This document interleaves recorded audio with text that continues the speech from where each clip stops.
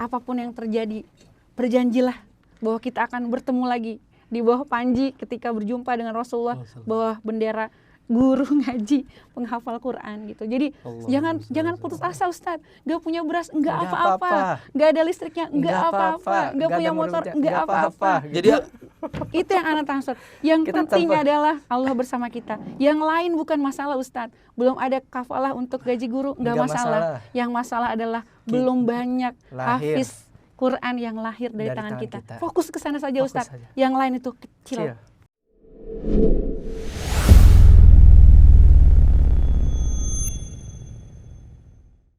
A'udzubillahi minasyaitonirrajim. Bismillahirrahmanirrahim. Assalamualaikum warahmatullahi wabarakatuh. Alhamdulillahirabbil alamin. Allahumma shalli ala sayidina Muhammad wa ala ali sayidina Muhammad. Rabbi shrah li sadri wa yassir li amri wahlul 'uqdatam min lisani yafqahu qawli. Rabbi anzilni munzalan mubarakan wa anta khairul munzilin. Shadaqallahul adzim. Kawan-kawan sekalian yang dimuliakan Allah, mungkin sudah menunggu-nunggu part 2 dari kisah yang seru Umi Mira dan Abi Heru di part 1. Kali ini part 2 kita akan sambung lagi. Kali ini akan membahas aktivitas dakwah dari Abi Heru dan Umi Mira dalam kebersamaannya. Masya Allah, tabarakallah. Umi Mira, Abi Heru, jumpa lagi. Part 2. Assalamualaikum. Sehat ya. Waalaikumsalam warahmatullahi wabarakatuh. Alhamdulillah. Langsung saja, sekarang ada 11 pondok Ar-Rasyid yang langsung diasuh oleh Abi Heru, benar ya? Ada 11 pondok, kira-kira mungkin 2.000-3.000 santri. Nah, sekitar itu. Lalu kemudian ada gerakan Duta Quran. Iya, Ustaz. Ini gerakan untuk ngasih semangat kepada guru ngaji, menemani guru-guru ngaji. Ada mitra dakwah, ada berapa lembaga? Bentuk komitmen menemani guru ngaji. Kurang lebih mungkin sekitar 1.500 lembaga. Kelembagaan ada 1.500, di satu lembaga ada 5 guru ngaji, 6 guru ngaji. Jadi setidaknya ada 5 ribuan, 6 ribuan guru ngaji. Iya, tapi saya kalau ditanya data itu sebenarnya harus lihat lihat data ya gitu. Tapi ini seingatnya gitu. Tapi kurang lebih lah. Kurang lebih. Data persisnya biasanya di atas 1.500. Oke, sekarang kita mulai seperti biasa ya. Menukik ke dalam tajam. Habis sakit. Habis sakit panjang. Ngurusin sakit cancer. Lalu kemudian waktu itu kerja juga serabutan. Tiba-tiba mulai pondok rumah Quran ini, gimana cerita? Silahkan. Saya buka aja nih biar teman-teman kebayang ya. Biar teman-teman kebayang. Ini saya dapat visualisasi dari tim media kami. Ini 2014 ya? Iya, Ustaz. Jadi 2014 2013 memulai itu awal memulai bermitra dengan PPPA Ustadz Yusuf Mansur Darul Quran, yaitu Rumah Tahfiz Ar-Rasyid. Ini pertama berarti ya? Iya, betul, Ustaz. Brand pertama Rumah Tahfiz Ar-Rasyid. Oke, dari sini silakan cerita. Siapa dulu? Silakan. Iya, Masya Allah, alhamdulillah. Bismillah. Jadi Ustadz Randy. Yes. Setelah melewati masa-masa yang sangat luar biasa ke belakang itu, satu hari saya dan Abi itu terlibat dalam dialog pagi. Pertanyaan tahun berapakah itu? 2013. 2013. Ya, bulan Juli ya, biar. Bolehkah kami tahu kondisi Anda 2013? Sudah mulai bisa menggunakan kaki untuk berdiri. Saya sudah bisa masak. Sudah ya. Nanti ada fotonya juga ya, Satya yang tadi buat kue itu. Seperti itu kondisinya. Nah, itu Abi kemudian bertanya, seandainya kata Abi, jika Allah memberikan kesempatan kepada Umi punya usia yang lebih panjang, apa yang akan Umi kerjakan gitu? Umi mau apa kira-kira gitu? Apa cita-citanya? Kan selama kami nggak punya aktivitas yang mengikat, kami membuat kebahagiaan sendiri dengan menulis banyak buku impian ya. Maksudnya mimpi-mimpi kami itu dibukukan itu, di clipping, digunting, dikasih. Itu sejak berapa tahun? Dari pertama kali 2008 ya ya. Menikah. Enggak, setelah menikah 2 tahunan lah, 2 tahun 3 tahun baru mulai. Itu rutin? Bikin buku impian apa? Iya. Dari mulai gini, Ustaz, kalau hari ini Abi punya uang 20.000, Umi mau apa? Terus aku bayangin, kayaknya makan ini enak ya. Jadi membangun sesuatu yang ngebayanginnya aja udah happy duluan gitu. Seperti itu. Jadi emang bahagia kecil-kecil itu dibuat gitu. Diciptakan. Sampai akhirnya kalau punya uang sekian, pengen punya HP mereknya apa? Dulu pengen banget tuh impian ada merek HP Nokia E35 ya, apa E23 gitu. Pokoknya yang ada keyboard. Pada zamannya. Ya, pada zamannya gitu. Seperti itu contohnya. Dan itu kemudian yang kami bawa, ya udah tulis aja dulu, cari gambarnya biar ada visualisasi, nanti kalau lagi ada waktu kita sama-sama ngemis ke Allah gitu. Jadi kalau ada buku wirid, ada Quran, ada buku impian yang kami bawa di atas sejadah untuk didoain. Kembali ke diskusi pagi di 2013. Oke. Nah terus abis itu Abi tanya mau apa. Terus itu saya jadi mikir sejenak gitu. Biasanya kan saya spontan mau ini mau itu gitu. Terus saya mikir iya ya, kalau nanti dikasih umur panjang, saya mau ngapain ya gitu. Saya udah pernah ada posisi hampir meninggal gitu Ustaz. Saya pernah punya uang 12.500.000, tapi itu nggak jadi apa-apa gitu. Harapan saya penuh di sana untuk tebus obat kemo. Saya harap setelah itu keluar semua, saya usahain lah gimana caranya punya uang 12 juta itu. Saya tukar dengan obat, saya minum obatnya, saya kira akan membuat saya sehat, ternyata enggak. Dan itu enggak menyenangkan itu. Tapi yang udah pasti itu kayaknya saya bakal meninggal nih. Ini kan cuma kena suspend ya, misalnya kena waktu tunggu gitu. Nanti meninggal, kalau meninggal impiannya kayak apa ya kalau nanti meninggal gitu. Wah kayaknya seru nih kalau meninggal, banyak yang doain gitu. Menengadahkan tangan ke langit, mohon ampun untuk semua dosa dan kesalahan yang terlanjur saya perbuat selama hidup. Saya mau itu deh Bi. Terus Abi bilang, iya gimana caranya, kata Abi. Saya mau buat pesantren yang di dalamnya ada anak-anak ngapalin Quran. Sebelumnya Abi tuh nggak pernah mematahkan apapun yang saya omongin gitu. Tapi kali ini pertama kali beliau mengatakan sesuatu yang harusnya mematahkan semangat saya. Apa dia bilang Ustadz? Beliau bilang, Umi nih kayak yang bisa ngaji kayak aja. yang bisa ngaji aja katanya gitu kan, kata Abi. Tiba-tiba nggak tahu kenapa saya bisa jawab gini Ustadz. Justru karena nggak bisa ngaji, makanya bikin tempat ngaji biar Umi bisa belajar. Nanti kalau udah belajar, Umi akan ngajar, belajar untuk mengajar, mengajar untuk belajar. Sesederhana itu. Takdir kemudian membawa waktu impian itu nggak pakai lama. Boleh saya tanya sebelum kita takdir tadi bawa impian itu, kenapa seorang Abi Heru nanya yang begitu? Ya, karena saya gini. Pakai nanya, sorry kan tadi kan nanya kalau usia panjang lagi apa, kan sebetulnya bisa aja jalan let it flow, udah sehat apa, nggak usah nanya kayak apa kayak. Kenapa seorang Abi Heru nanya? Ya, saya melihat begini bahwa saya lihat kalau beliau itu tahu keseharian, apalagi untuk membuat sebuah impian, beliau maunya kan buat rumah Quran atau pondok pesantren yang di dalamnya ada penghafal Quran.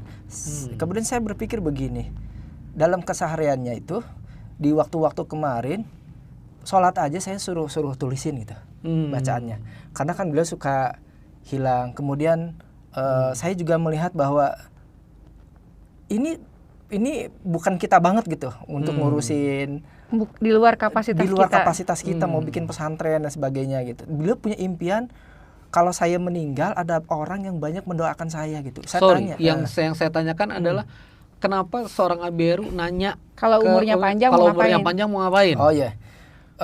Why dari situ tuh, titik dari situ kenapa kok keceletuk gitu loh? Iya, saya waktu itu tuh di bawah pohon ceri ya Mi. Hanya di bawah pohon ceri duduk biasa aja sih sambil ngobrol. Kemudian saya flashback tentang hidup kita. Terus kita sama-sama flashback, kemudian saya berpikir begini.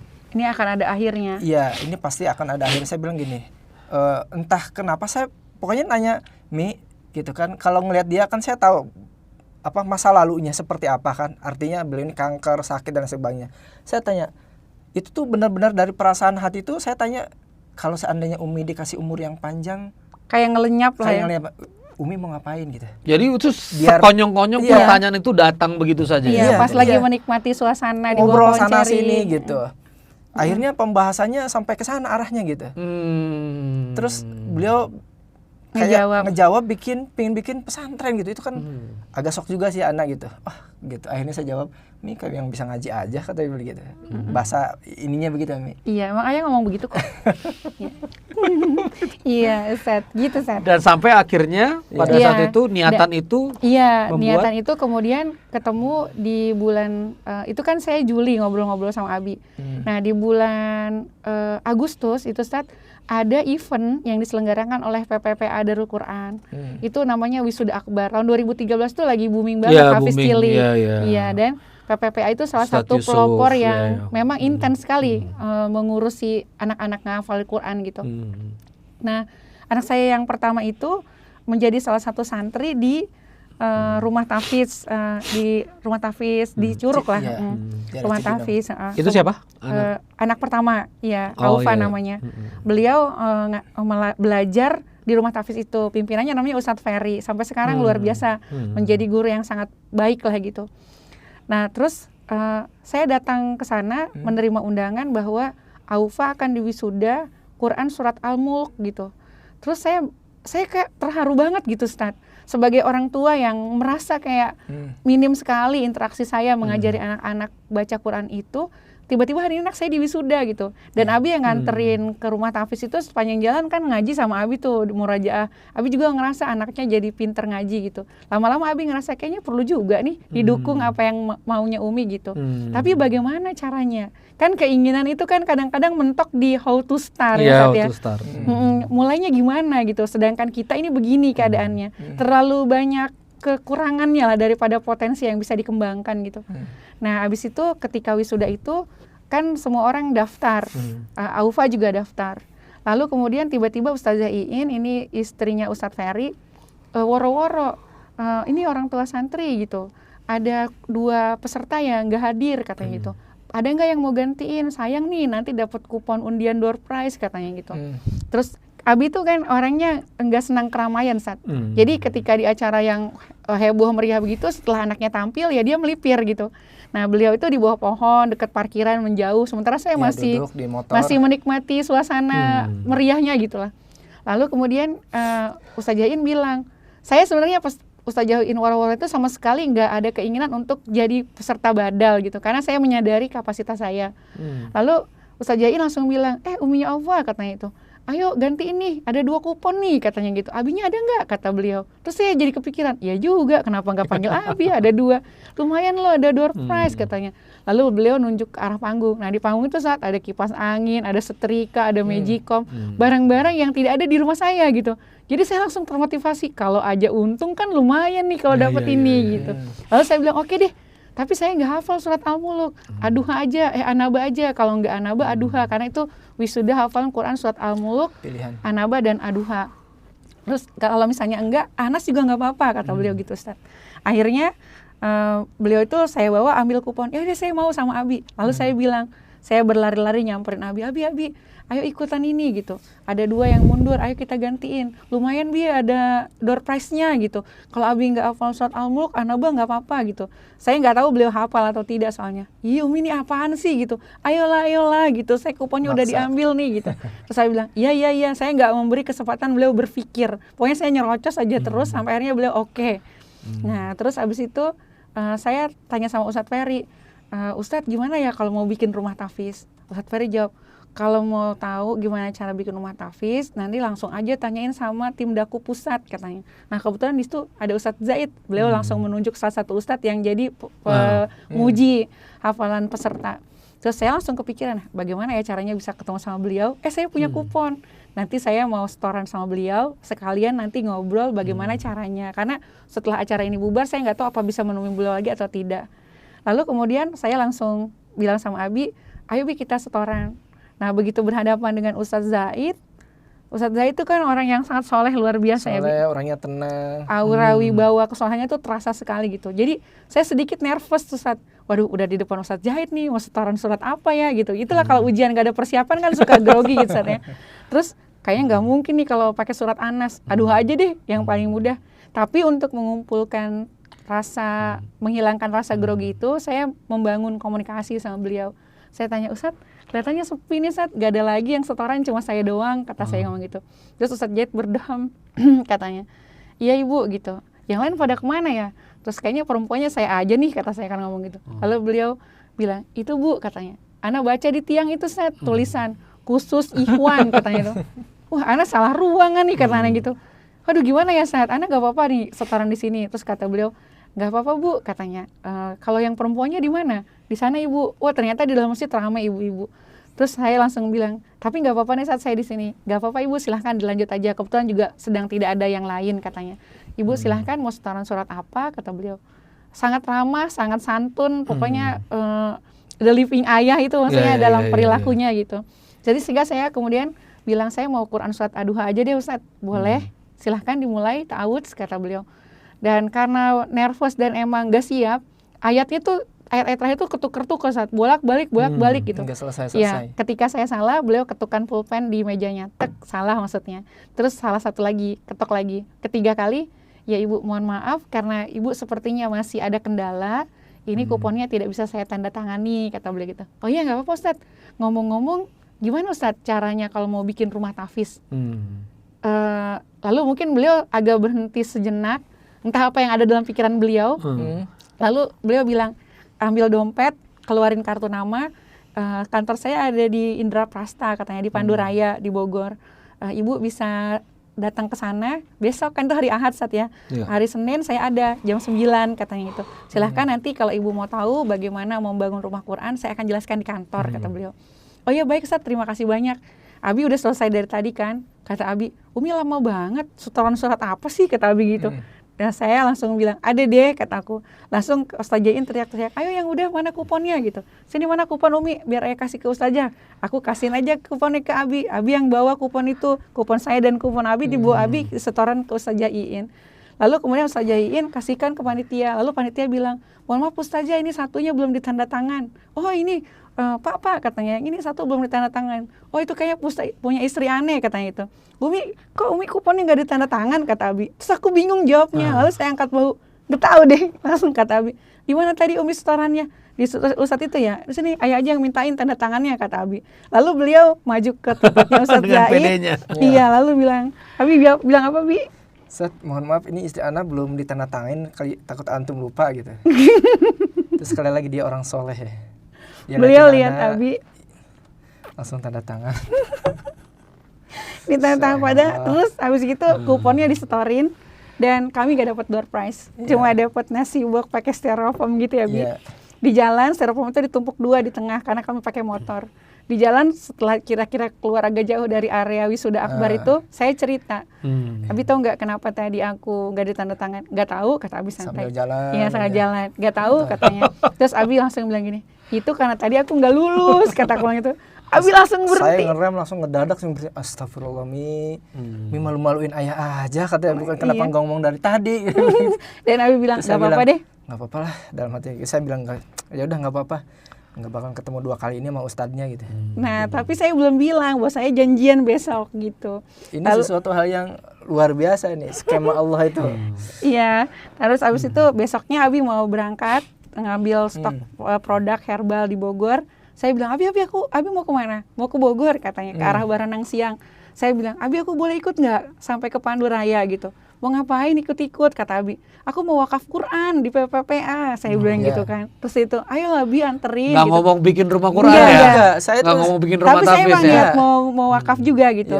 Terus kemarin kan ada brosur program ya sama ayah aja sini gitu. Terus Abi bilang, ya udah sini titipin aja sama ayah sekalian jalan. Umi gak usah repot-repot berangkat. Ana bilang, aku mau didoain sendiri, maksudnya mau didoain langsung, kata saya gitu. Ya udah, tapi yang nggak masuk ya, ntar ada ustadz itu lagi, kata Abi. Langsung abis itu Abi nganterin. Begitu sampai di kantor PPPA Bogor, belum sempat kita turun ya Bi, baru ayolah ya masuk, ayah nggak masuk ya, kata Abi. Iya nggak apa-apa, aku buka helm pelan-pelan gitu ya, sambil maksudnya ngulur-ngulur waktu. Tiba-tiba dilalah belum lepas helmku, keluar Ustadz Zaid dari pintu.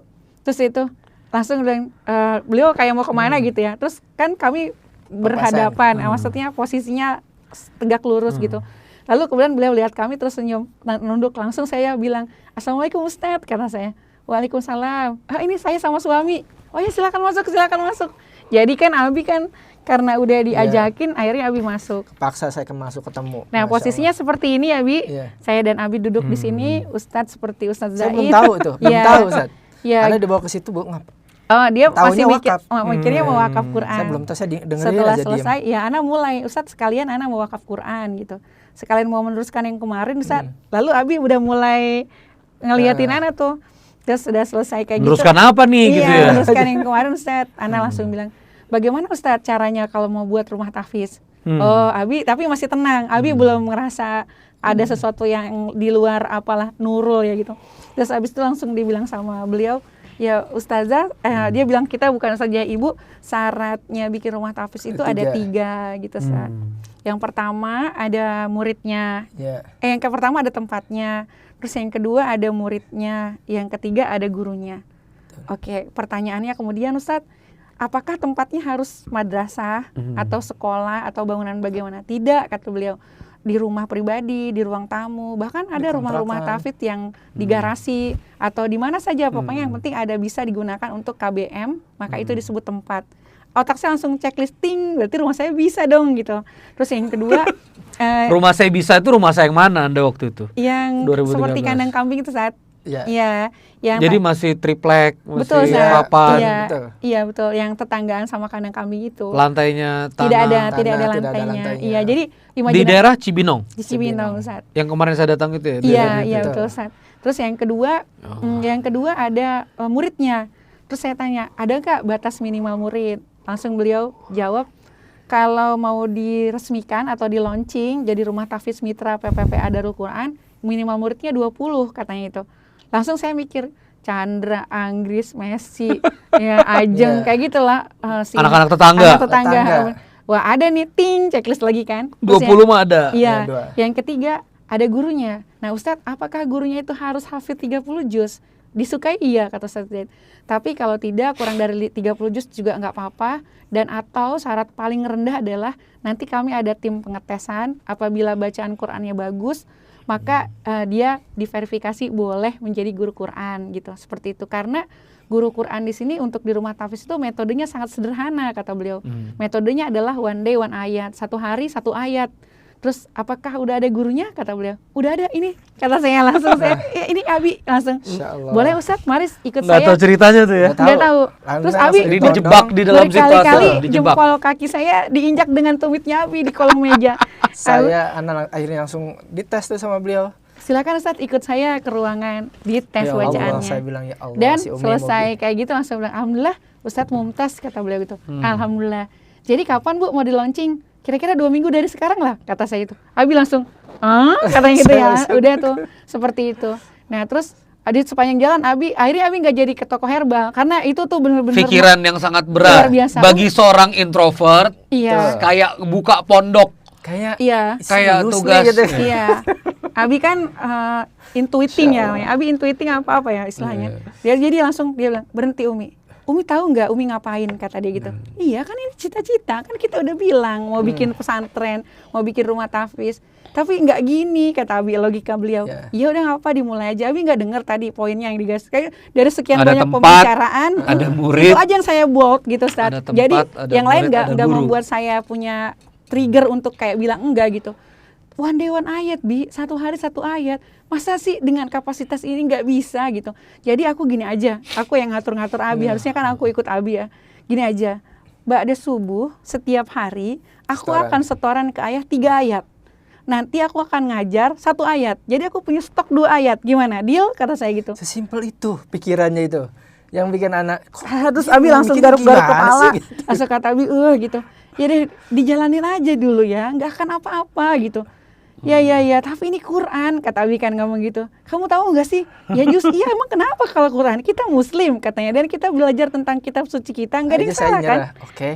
Kan kalah debat, ya gitu, kalah debat, akhirnya gitu. 2 pekan itu persiapan. Ya, akhirnya saya bikin brosur, difotokopi pakai kertas warna-warni, hanya 20 untuk lembar. rekrutmen. Iya, dibikinlah itu pakai ketikan di warnet. Nah, waktu itu dari Microsoft Word ganti Klinuk yang bikin tambah ribet bikinnya. Terus tempel-tempel jadi difotokopi 20 lembar. Terus disebarin deh ke tetangga-tetangga. Itu tantangan pertama, Ustadz. Ketika promosi produk yang kita sendiri belum tahu produknya bagus atau tidak gitu. Bicara ke tetangga, insya Allah di tempat ini akan ada rumah tahfidz. Terus mereka bersyukur. Terus itu, dan insya Allah kita akan berafiliasi atau menginduk dengan PPPA gitu. Kurikulumnya juga ikut sama di sana gitu. Terus ditanya sama mereka, siapa gurunya? Nah itu yang membuat kadang-kadang jadi ngedon. Pengen ngangkat tangan saya gitu, kayak nggak percaya diri banget gitu. Insya Allah ada gitu. Nah akhirnya metode yang digunakan pertama One Day One itu adalah sorogan. Jadi anak subuh-subuh setoran. Dan Abi entah kenapa surat pertama yang Abi ajarin ke anak itu adalah Quran surat Al-Waqi'ah. Nah di Quran surat Al-Waqi'ah itu Abi ngajarin 3 ayat. Anak diulang-ulang, dirasa bagus. Jadi kadang-kadang Abi terlambat kerja karena memperbaiki bacaan saya. udah cepetan ngapalinnya, ya udah kesiangan nih gitu. Mondar, ya udah nanti abis itu ayah telepon Umi seorang pakai handphone katanya. Jadi keluarga kami jadi concern tuh Ustaz. Jadi concern ngapalin Quran kan harus punya stok untuk nanti ngajar gitu. Jadi idza waqatil waqi'ah itu sore hari. Iya. Terus akhirnya saya sore ngajar anak itu 1 ayat. Saya masih punya stok 2 ayat. Terus gimana tadi? Alhamdulillah 20 orang itu hadir di hari pertama. Besoknya 18, 17, 20, up and down. Di hari keempat saya mulai berpikir, kok kemarin si ini masuk, besoknya enggak, seperti itu. Nah ini kayaknya enggak seru nih kalau muridnya cuma segini gitu. Kayak kurang jamaah gitu. Akhirnya saya sama Abi minta izin, besok aku mau pakai magic, mengundang sama magic closing ya Bi. Terserah Umi aja katanya gitu. Jadi kita pakai kotak sedekah tuh saat di rumah. Jadi orang tua yang mengantar anaknya ngaji, kalau mau infak silahkan gitu. Masukin ke nah kotak. Sebenarnya itu tuh bukan strategi bagaimana, itu lebih mengamankan kepada saya, sehingga saya tuh nggak perlu tahu siapa yang masukin atau siapa yang nggak masukin gitu. Jadi terserah aja gitu. Nah kotak sedekah itu di hari Kamis itu saya buka, kan saya mulai Senin saat ya. Nah di hari Kamis itu hari kelima, saya pecahin kotak sedekahnya yang terbuat dari kardus yang saya lakban. Itu saya bawa ke warung beli snack kecil-kecil gitu, dibungkusin kayak buat gift ulang tahun. Terus saya kemudian bilang sama anak-anak santri, siapa di sini yang punya teman 2 orang? Saya katanya. Siapa yang punya teman 2 orang belum ngaji di Ar-Rasyid? Saya gitu. Yang belum ngaji di Ar-Rasyid terus bisa diajak ke sini 2 orang yang bawanya Umi kasih hadiah gitu. Itu persiapan buat launching. Jadi kalau launching isinya cuma 20 kurang seru gitu. Jadi anak ngejar target itu. Jadi target saya sendiri kayaknya kalau cuma 20 sepi amat hidup gitu. Jadi akhirnya jadi uang infak yang terhimpun pun Anda balikan lagi kepada jamaah. Betul, semuanya. Terus dibuka itu kalau nggak salah dapat 95.000 saat. Kan snack yang 1.000-1.000-an aja lah yang micin dominasinya gitu. Terus habis itu dan tetap disukai anak-anak ya. Lalu kemudian habis itu tiba-tiba si Anggris bawa Chandra sama Raihan. Terus datang lagi si Nurul sama siapa lagi tuh. Akhirnya dari 20 jadi 60 saat. Dari 60 kan itu kan nggak pernah dikasih tahu batas waktunya kapan. Ternyata si Fulan ngajak lagi yang lain. Dalam waktu 1 minggu itu santrinya udah 300 orang. Dan itu anak ngajar. Itu setiap hari ya tuh? Iya dia waktu maghrib gitu ya atau asar. Nah anak asar mulai, selesai sholat asar gelar tikar di depan rumah gitu kan. Karena lantainya kan nggak ada saat. Nah itu anak-anak ngaji, lama-lama kok sampai jam 5 anak belum beres ngajar. Sampai maghrib masih belum, anak pegel banget gitu, duduk bersila, anak-anak pada bacain bolak-balik gitu. Terus belum lagi berisik. Nah kalau udah mulai tuh anak bilang sama Abi di mana? Saya lagi tutup closing meeting ya gitu. Terusnya Abi pulangnya jam berapa? Nantilah gitu. Nah saya mulai marah kalau Abi telat. Abi cepetan pulang gitu. Kenapa emangnya? Ini nih kok santrinya nggak selesai ngajinya kata saya. Terus itu aku udahan aja deh jadi ustazah kata saya gitu. Lalu beliau bilang, loh gimana Umi nih gitu. Akhirnya pulang kami bahas serius. 2 minggu itu terlibat pembicaraan sama Abi. Jadi Umi maunya gimana? Saya bilang aku maunya Abi bantuin ngurusin rumah tahfidz ngajar. Terus Abi bilang, kalau ayah bantuin Umi ngajar, Umi tahu nggak kita itu masih punya tanggungan biaya-biaya sebelum-sebelumnya lah, warisan-warisan amanah gitu. Terus gimana? Ini ada cicilan motor gitu, terus harus dibayar gitu. Oh nggak apa-apa Bi, nanti kalau Mas Yanto debt collectornya itu datang ke sini, kita langsung aja kasihin STNK sama kuncinya. Kita bilang mulai sekarang kita udah nggak mau kredit lagi, ambil aja gitu. Bener ya, nanti kalau nggak kita punya motor, kita nggak bisa kemana-mana nih. Kita kan udah jadi ustadz kan nggak perlu kemana-mana, di rumah aja. Ya udah kalau gitu, beneran ya, jangan nyesel. Oke, salaman. Abi selalu begitu. Saya salaman gitu. Bikin deal-dealan. Iya, biar nggak. Jadi nggak keluar lagi, nggak dagang, nggak apa-apa gitu ya. Iya, kata Abi gitu. Terus yang kedua, kalau misalnya nanti Abi nggak punya uang buat kamu makan gimana? Ya kita puasa.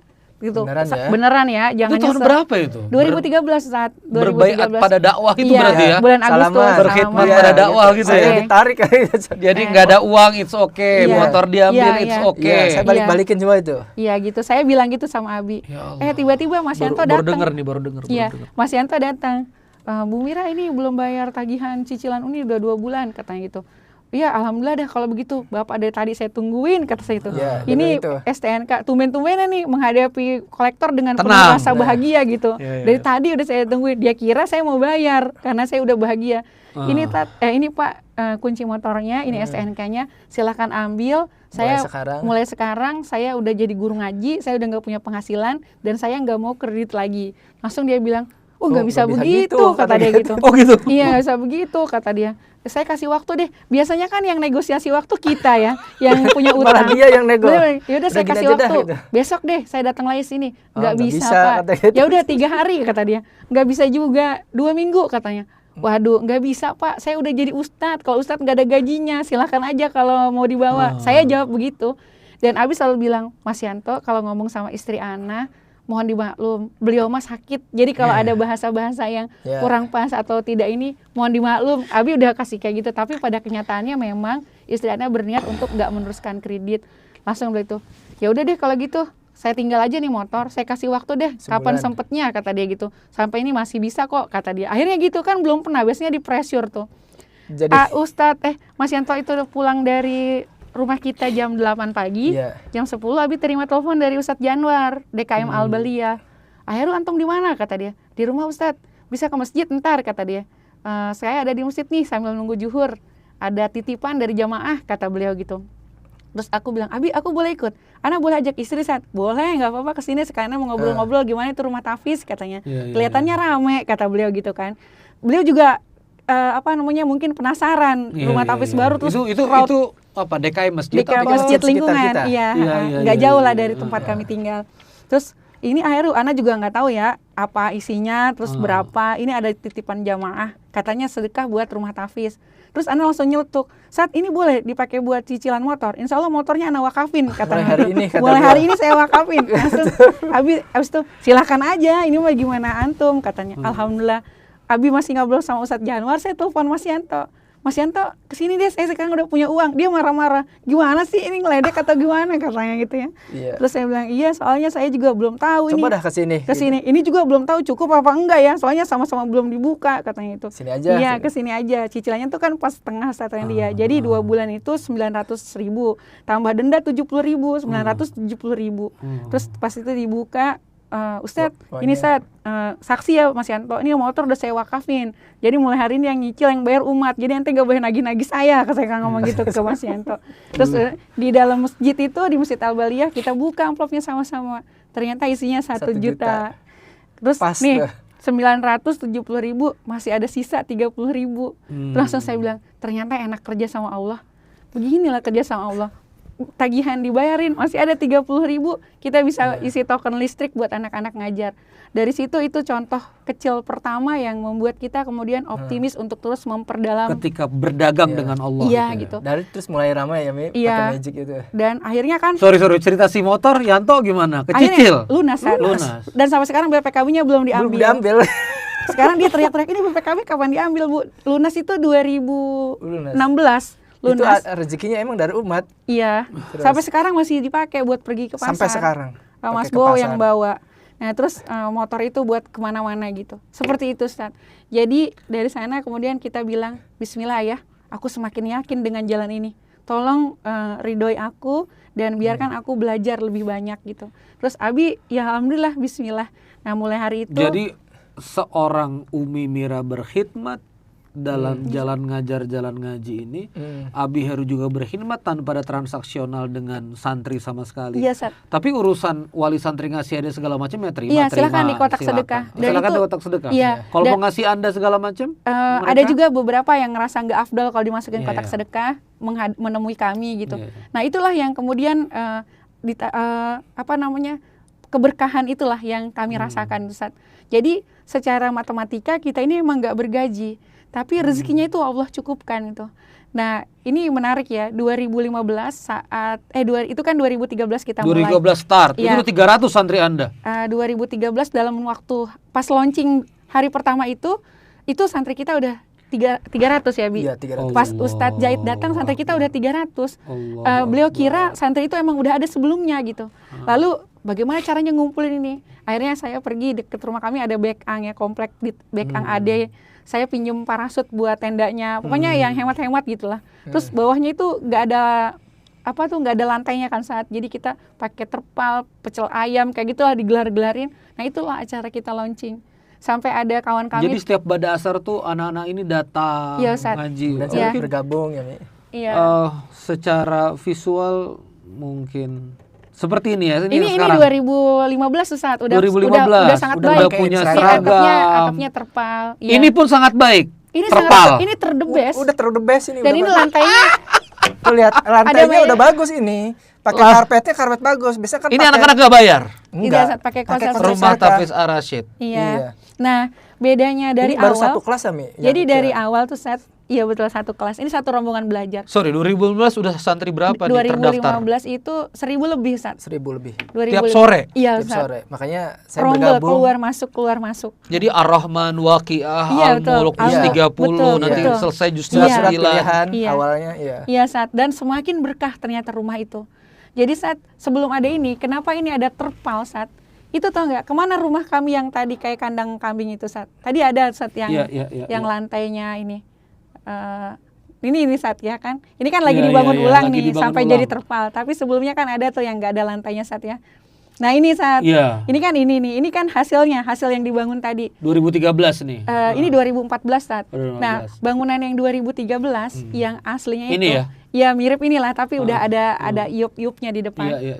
Pada saat anak-anak sedang menghafal Quran surat Ar-Rahman di ayat ke-55, hari itu bulan Iya, surat surat Ar-Rahman itu Sat. Terus itu tuh di bulan Agustus itu bulan September itu adalah hujan pertama setelah musim kemarau panjang. Nah, kami kan rumahnya deket situ Sat ya kan, deket danau kan. Jadi kan nggak ada pembatasnya tuh antara angin dengan rumah kami gitu. Nah rumah kami yang sangat istimewa terbangun dari 7 unsur, bambu, kayu, seng, asbes, GRC, terpal ya kan 7 rupa Sat. 7 rupa. Iya, ini 7 rupa ini boleh dilihat ada bambunya, ada terpalnya. Itu ketiup angin Sat. Jadi ketiup angin, kena angin puting beliung, atapnya itu terbawa semua. Jadi kita tuh di bawah rumah tapi kena hujan gitu. Nah anak-anak itu kan pada takut ya saat kebasahan gitu.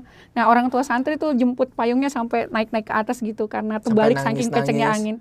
Terus mereka lihat anak kuyup ngaji di dalam rumah tapi kuyup karena atapnya hilang semua, benar-benar pergi dan sampai hari ini nggak pernah kembali gitu. Terus iya si asbusnya. Lalu orang tua kemudian musyawarah berdiskusi. Itulah cara Allah tuh. Untuk kemudian mari kita bangun kembali rumah tahfiz ini layak kita perbaiki gitu agar anak-anak lebih nyaman belajar itu. Nah akhirnya silahkan yang ngebangun rumah habis ganti kusen pintu, kusen lamanya boleh disedekahin. Nah sampai hari ini kalau Ustaz Randy lihat ke Cibinong kan bentuknya abstrak ya, maksudnya kontemporer. Jadi kalau misalnya ini modelnya industrial Masjid Al-Fat. Iya ini industrial. Kalau di tempat kami itu mozaik. Jadi emang desainnya hanya ada satu di dunia gitu. Di puzzle gitu ya. Pakai puzzle. Ada yang kusennya tinggi, jendelanya pendek karena nggak sama. Karena dari natura dari warga. Allahumma itu kemudian dibangun. Sampai kemudian di tahun 2015 saat santrinya itu udah mau 1.500. Itu tuh kita itu setiap sore doang 1.500 ya? Iya Sat. Akhirnya buka kelas pagi untuk yang anak-anak. Jadi siang, sore, malam. Kelasnya dibagi 4. Pagi. Ada 4 kelas Sat. Siang. Umur 3 tahun sampai 5 tahun, umur 7 sampai 9, umur 9 sampai 12, dan umur 12 ke atas itu umur remaja. Nah jadi ada kelas pagi yang bisa pagi, ada buka kelas sore, dan sudah dibantu sama ustadz-ustadz yang Allah kirim. Menarik Sat. Ustadz juga Allah kirim. Ustadznya pun Allah yang datangkan. Jadi ada salah satu pondok pesantren. Ini kan nggak bergaji, Anda sendiri nggak jelas gaji dari mana, apalagi ustadz. Tetapi mereka juga khidmat juga. Iya, kalau pakai basirohnya, pakai kuadran Robert T. Kiyosaki, kami nggak ada di kuadran itu, Sat. Kita itu di kuadran. Tidak ada di kuadran employee, self-employee, tidak ada kuadrannya. Nggak ada. Kami kuadran kuantum. Kuadran kuantum. Bikin sendiri. Kuadran keajaiban. Bikin kuadran miracle. bekel ya. Mungkin ya. Ya Allah, ya Allah, ya Allah, ya Allah. Ya, jadi memandangnya ya Allah. emang kacamatanya harus berbeda, Ustaz. Ya Allah, ya Allah. Jadi guru-guru itu juga datang juga. Iya, jadi kami hadirkan, tuh Allah berdoa, datangkan. bagaimana ya Allah kami tuh udah nggak sanggup lagi nih. Karena 1.500. Dan stok ayat saya udah habis kan Ustaz ya, karena kecepatan ngajar. Jadi anak tuh benar-benar minta tolong sama Allah ayat habis. dikirimkan Ustadz yang benar-benar Ustadz gitu. Abi tuh ngajar sendiri, masang meja sendiri. Karena mulai dari masang meja, pokoknya dari front office sampai back office Ana kerjain. Karena kan belum ada orang. Itu berarti akhirnya profesinya ditukar, beliau yang ngurus jadi sebagai admin. Akhirnya karena stok ayat ngajar. saya udah habis, Ganti saya ini. pensiun jadi ustazah. Masih solo karir berdua, kapal dakwah ngurusin begini ada 2 tahun, 3 tahun? 2 tahun Ustaz. 2 tahun. Relatif 2013, 2014. Iya. Baru datang guru-guru membantu Baru 2015. datang, Ustaz. ya. Dan itu Iya. pun ya. 2015. 2 tahun, 365 hari, anggaplah efektif 340 hari, berarti 700-an hari Anda. Iya, kurang lebih Ustaz. Kurang Dari lebih. pagi, siang, sore. Dan anak, Pagi, siang. Jadi masuk 1 jam, keluar. Ana udah ditungguin lagi, keluar udah ditungguin lagi. iya gitu, rombelnya gantian. Ganti-gantian. Anak yang ngaji Anak jam 2, sendirian jam masih 1 ngaji. udah nyampe gitu. Karena tanpa kepastian gaji, tanpa kepastian cash flow. iya betul. Kayak kotak sedekah aja udah. Kenapa sih? Lama-lama konseling gua nggak ada tarifnya nih. Ketemu yang beginian mulu. Enggak, saat ini harus bertarik. Oh iya. Iya, jadi Ustaz, Ya Allah ya Karim. menarik Ustaz. Cara Allah mendatangkan ustadznya pun ajaib. Gimana Jadi tuh? ada satu pondok jauh di Sulawesi Ustaz. Bayangkan ya, kita kan ada di Cibinong. Seru Sulawesi deh, itu seru, saya seru, belum seru. pernah ke sana. Di sana itu ada pesantren namanya Hidayatullah. Gitu loh. Terus santri-santri pengabdian yang sudah selesai hafalan Qur'annya untuk ambil sanad Quran diterapkan untuk bakti masyarakat. Kayak pengabdian lah gitu saatnya. Lalu dikasih tahu kan profilnya. Sebelumnya ada Ustadz Ahmad yang datang ke pondok kami dan ngerasa santri dia harus belajar nih. Tempatnya kayak gini. Tempatnya kecil, istimewa sekali, bintang 5 ya kan kalau pakai basiroh iman. Terpal. Oh, maaf Pak itu. Ini Terpal teman-teman nih, terpal nih teman-teman, aneh zoom nih, ini terpal. blue screen saat blue screen. Blue Jadi, screen. tergantung bagaimana lihatnya. Mau dikasih Bambu colok-colok-colok. Iya, Ini Ustaz. tiangnya Jadi pagarnya asbes gini kan. Pagarnya asbes. Ini kalau hujan airnya nampung, jadi Iya, kita sodok nggak dulu bisa pakai belajar, bambu. Iya gitu. Di bawahnya Terus tuh sekali belajar 300 anak. ada yang kelasnya cuma 80. Dia Ini kayak- satu-satu atau sorogan Nah, bareng-bareng? akhirnya kami dari guru ini, guru yang tadi membawa kami pada perjalanan ketenangan, itu yang mengajarkan bahwa beliau bilang di tempat beliau mengaji di kampung halamannya itu ada sistem namanya metode klasikal, di mana satu guru ngajar 100-an anak atau lebih banyak anak dalam satu waktu yang bersamaan. Mereka pulang dengan hafalan yang sama, kelebihannya. Kemudian anak-anak tidak ada yang gagal fokus karena mengantri akhirnya main-main, selepetan sejadah atau pukul-pukul rumah gitu. Ini Karena semua rapi, tertib, semua rapi. pegang Nah ini meja. Sat, kalau diperhatikan ini kan ada proyektor Sat ya. Jadi Walaupun- meskipun ini kayak gini, ini berteknologi Oh, tinggi. ada proyektornya. Iya, Ustaz, lihat ini, pakai proyeknya. Di Zoom nih ada proyektornya. Iya, kita Ada yang pakai- membahagiakan lah satu. Iya, itu pakai multimedia. Ini menarik saat ada orang Jakarta beliin fokus untuk nonton Piala Dunia. Nah, terus abis itu pada saat kami bikin rumah tahfiz itu baru ada pertandingan apalah, nobar untuk nobar.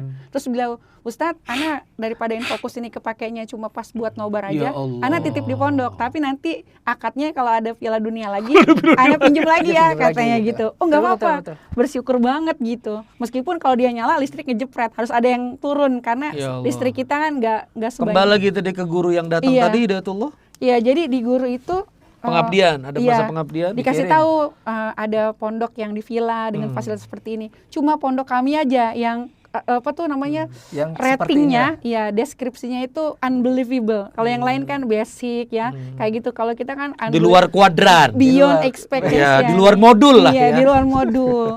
Lalu nggak ada yang mau dong Sat, nggak ada yang mau karena di sini dikasih tahu tidak ada gaji. Tidak ada ujro, tidak Tidak ada ada. ihsan. Fasilitas tidur di sini. Jadi kalau malam tidur Ustadz di sini, kalau ada santri bubar. Jadi misbar ya. Ini sekarang sarbar. Kalau santri datang bubar Ustadznya. Seperti itu tidurnya di sini Ustadz. Lalu kemudian silahkan siapa yang ini. Karena tidak ada yang mau. Semua orang mau di villa, semua orang mau di sini gitu. Tapi tidak di Ar-Rasyid. Lalu Ustadz itu kemudian menulis nama-nama mereka di kertas, digunting, dimasukkan ke sedotan. dikocok seperti arisan. Dua nama yang keluar itulah yang akan dikirim ke Ar-Rasyid, kata mereka, kata Ustaz. Jadi udah kayak tempat pembuangan ya. Terus langsung mereka berdoa semoga tidak, semoga bukan saya. Dan semoga bukan saya. Keluarlah dua nama, Ustadz Muhammad Zaid As-Siddiq dan Muhammad Khairil Anwar. Ustadz Ustadz Anwar ini, Khairil Anwar ini keluar dari sedotan. Waduh, kita nih katanya. Berangkatlah mereka dari Makassar. Diterbangkan dari sana sampai ke tempat kami yang sangat sederhana ini, dan dibawa juga sama Ustadz Ahmad. Ustadz Ahmad bilang, insya Allah Ustadz titip aja di sini belajar. Mereka sebenarnya ridho nggak ridho Ustadz katanya, tapi Ana bilang ini sementara. Insya Allah 2 bulan Ana jemput kok katanya. Lalu mereka mau untuk pelajari katanya. Metodenya. Iya. 2 bulan jemput. Iya, nanti 2 bulan dijemput. 2 bulan berlalu nggak dijemput. Terus 3 bulan gak dijemput, 4 bulan baru Ustadz Ahmad datang lagi karena kesibukan beliau. Dan pada saat 4 bulan itu Ustadz Ahmad datang, Ustadz Anwar dan Ustadz Zaid nangis, Ustadz jangan bawa saya pergi, biar saya di sini. Sampai hari ini memimpin pondok. Sampai hari ini mereka pegang. Enggak, di dari lulusan Hidayatullah. Iya, saya. Darul Hufaz 77, iya. Dari situ kemudian sampai sekarang orang itu pegang masing-masing ma'had. Iya, dan sampai hari ini mengembangkan dakwah.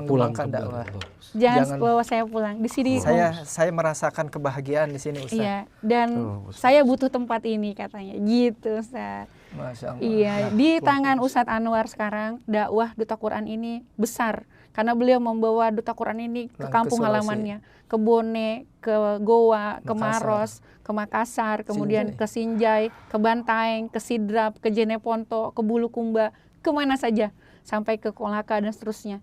Ada banyak guru ngaji sekarang yang punya seragam yang mirip dengan ini. Jadi Umi, kalau saya boleh simpulkan nih, modul dasar mengawali Ar-Rasyid lalu kemudian dikopi ke Duta Quran. Ada satu mata uang yang kemudian ditransaksikan kepada Allah, itu mata uang keikhlasan. Mungkin itu kali ini ya. Boleh itu nggak saya simpulkan? Iya. Boleh nggak sih? Maksudnya ikhlas itu apa ya, Bi? Maksudnya maksudnya gini. Tidak usah si anak-anak ini bayar, tidak usah dia memikirkan kita benefit apa, tidak usah berharap dari wali santri bahwa semua Allah. Kalau dari kita itu kemudian yang lagi disemai oleh Abi dan Umi. Jadi sebenarnya kalau ditanya seperti itu, Ana juga khawatir salah jawab ya, Ustaz. Ana kurang tahu apa itu ikhlas. Yang Ana yakini begini, Ustaz. Yang Ana yakini gak mungkin, Ustaz. Ada santri begini banyak, ada ustadz di tempat kita semua sedang mengkaji kalamullah, gak mungkin kalau gak ada rezekinya gitu. Jadi kita tuh percaya diri amat gitu, Ustaz. Kemarin contohnya yang disebut Kamal KEN ya, itu Umi Rasid tuh katanya baru ada kendaraannya disebut Alphard dan sebagainya. Terus Ana langsung luruskan, bukan Alphard lah Kiai, itu Velfire namanya. Makin gitu. atas itu Umi sebetulnya. Oh gitu ya, Ana beda merek kan, saat beliau salah sebut gitu. Jadi Ana luruskan. Itu datang begitu saja, termasuk rumah-rumah yang sekarang ini diwakafkan. Jadi ketika Ana ceritanya loncat-loncat nih, Ustaz. Begitu rumah tahfiz ini 2015 itu Ana lihat keprihatinan, Ana bilang sama Abi, kalau ada ujian sekolah, santri pasti kurang. Kalau lagi ada musim gimana? Kalau lagi musim ujian sekolah, santri banyak yang nggak masuk gitu, Ustaz, karena lagi ujian gitu kan, Ustaz. Gimana? Kayaknya tapi kalau Ana lihat, kalau sekolah itu, Ustadz ya, kalau hujan masuk berangkat, kalau panas tetap berangkat, sakit aja kalau lagi ada ujian berangkat. Tapi kalau ngaji, Ustadz, ibunya suka naik gini, Mama mau arisan, kamu mau ngaji apa mau ikut? Kan gitu ya, kalau di ngaji. Jadi ngaji itu kan kayak levelnya tuh bahkan kalah daripada les balet, kalah daripada les kumon gitu, beda ya, maaf nyebut merek. Jadi kalau hujan gerimis sedikit aja orang tuanya bilang, udah nak nggak usah ngaji, nanti kamu sakit lagi kalau hujanan. Iya. Ya gitu. Jadi ada hal-hal seperti itu ya, stigma di masyarakatnya gitu. Akhirnya kita bilang, tapi kalau sekolah itu kayak semangat banget gitu. Anak-anak udah selesai di wisuda kadang nggak lanjut lagi ngajinya. Tapi kalau sekolah 6 tahun aja berangkat terus gitu. Padahal kita udah bilang, metode one day one ayat ini untuk selesai setoran hafalan 30 juznya, setoran loh saat bukan mutkin, itu butuh waktu 6 tahun. Saja? Iya, setoran aja itu butuh waktu 6 tahun. 1 hari 1 ayat, kan? Iya. Ditanya sama orang tua kan, siap nggak nganternya? Kalau panas nganter nggak? Kalau hujan nganter nggak? Kalau lagi parenting komitmennya begitu, tapi realisasinya kadang-kadang enggak. Nah akhirnya berangkat dari situ kita bilang, kayaknya ngajinya harus dibawa ke sekolah nih gitu. Kan belum ada nih sekolah yang sekalian ngaji. saya mau bikin sekolah Abi. Ini kan ada kelas Ali usia TK. Oh, ini kegilaan berikutnya lagi ya? Ya, mulai lagi. Ini kegilaan berikutnya lagi berarti kumat lagi ini dah. Bisa disebut begitu. Jadi kegilaan berikutnya lagi setelah ini bikin banyak, informal. Ya, terus dia punya ide lagi. Saya merasa terhormat dikatakan gila. Allah, iya Ustaz Randy. Karena kita analisa ngaji itu begini, ya kekuatan sayang gitu. Quran, sayang kayak ada si Ustadz, gitu. misalnya ada ini si Ustadz, misalnya anak namanya Fulan, ngajinya udah bagus, besoknya nggak kelihatan, kan kita yang gregetan gitu. Akhirnya saya mau bikin sekolah Abi. Nah, di tempat ini, di bawah sini Ustadz, saya kumpulkan orang tua santri itu, saya bilang rapat orang tua. Terus begitu rapat, saya kasih tahu progres hafalan anak-anak, kelas Usman sudah sampai mana, kelas Ali sudah sampai mana, dan saya langsung umumkan. Itu bulan Maret Ustadz, bulan Maret 2015. Bulan Maret 2015, bulan Mei ya Bi ya. Bulan Mei 2015, saya bikin rapat orang tua, terus saya umumkan sama orang tua, tahun ini Ar-Rasyid akan buat sekolah formal. Saya akan buat TK, SD, SMP, kata saya gitu. Belum ada gedungnya, nggak ada gurunya, belum ada kepala sekolahnya, tapi belum ada lapor dinas pendidikan, belum ada tanahnya, kan nggak ngerti, nggak tahu. Ngerti. Itu blind spot, karena blind spot. Enaknya nggak ngerti, barokah nggak ngerti, jadi engkau memulai. Iya, jadi ini semangat Torik bin Ziyad, maju aja dulu gitu. Saya mau bikin, dan orang tua langsung bilang, nanti konsepnya seperti apa? Dan konsep sekolah seperti apa itu disampaikan ke orang tua. Judulnya saya sampaikan, pasti tujuan utamanya adalah karena keprihatinan dari ketika saya melihat antara perbandingan tumpang ngaji dengan sekolah. Maka saya merasa harus ada sekolah yang bisa mewadahi ngaji sekalian. Jadi kalau ada sekolah, nggak apa-apa nggak ngaji lagi karena ngajinya udah di sekolah. Maka itu saya akan membuat nama sekolah ini adalah, mikir sejenak, lalu saya nyeletuk. SD Tahfidz Ar-Rasyid, SMP Tahfidz Ar-Rasyid, TK Tahfidz Ar-Rasyid. Konsep IT gitu ya? Iya, dulu kan adanya IT, tapi Tahfidz itu belum ada saat. Jadi kita lah satu-satunya nyeletuk begitu. Kenapa? Karena kurikulumnya 50% adalah Quran. Dan insya Allah kita tetap akan menggunakan konsep sedekah untuk biaya pendidikannya. Silahkan orang tua, iya, silahkan orang tua mengukur sendiri kesanggupan dan kepantasannya membayar biaya sekolah di tempat ini, kecuali untuk dua hal, untuk seragam dan untuk buku, karena itu harus beli lagi. Iya, karena kita harus beli lagi ke tempat lain, jangan bikin kita tambah repot maksudnya. Lalu kemudian kayak ini kan seragam mereka beli sendiri ya? Iya, beli sendiri Ustaz. Pakai seragam rapi, ada pendaftarannya seperti itu. Nah, pengalaman ini Ustaz, kemudian orang tua langsung oke, daftar. Di hari daftar, itu tanpa bangunan. Belum ada bangunan. Saya langsung fotokopi form pendaftaran, fotokopi form pendaftaran. Iya. Langsung buat 3 bulan istri lagi. Ada unik. Buat 3 bulan lagi mau sekolah. Ngejar bulan Juni Juli. Iya, Mei, Juni, Juli. Itu karena otaknya dilaser saat. Iya, separuh otaknya. Jadi langsung panel. Silakan yang tertarik form pendaftarannya di sebelah kanan. TK, SD, SMP form pendaftarannya sama, hitam putih dan gak ada kopnya, gak ada apanya karena belum ada logo.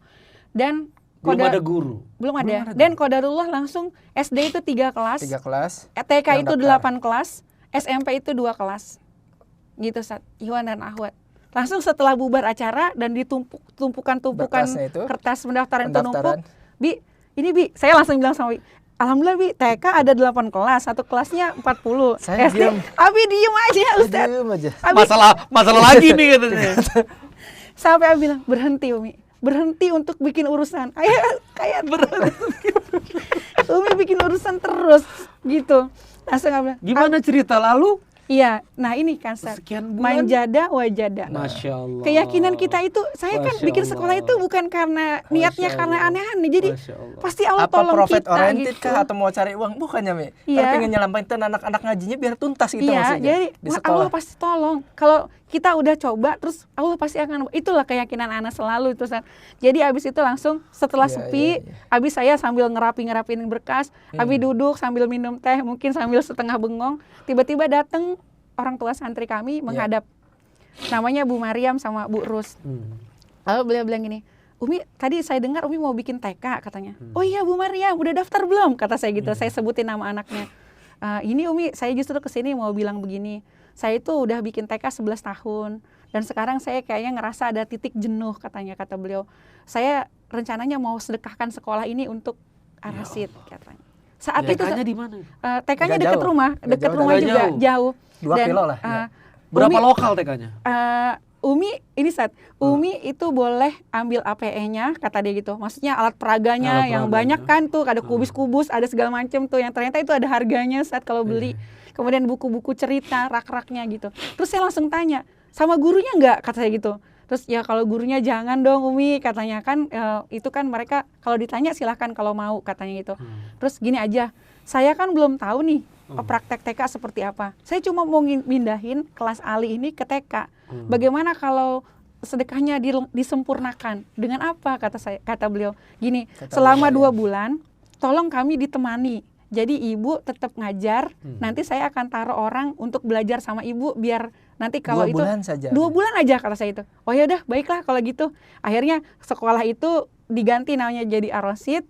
Kemudian orangnya, maksudnya timnya itu gurunya, kepala sekolahnya, APE-nya itu masih tetap. Cuma ganti kasih, dan sekolah itu tiba-tiba dulunya muridnya nggak terlalu banyak, sedikit sekarang sekali. Jadi 8 kelas gitu. 18. Langsung penuh semua. Hidup dan sampai hari ini mereka masih ada.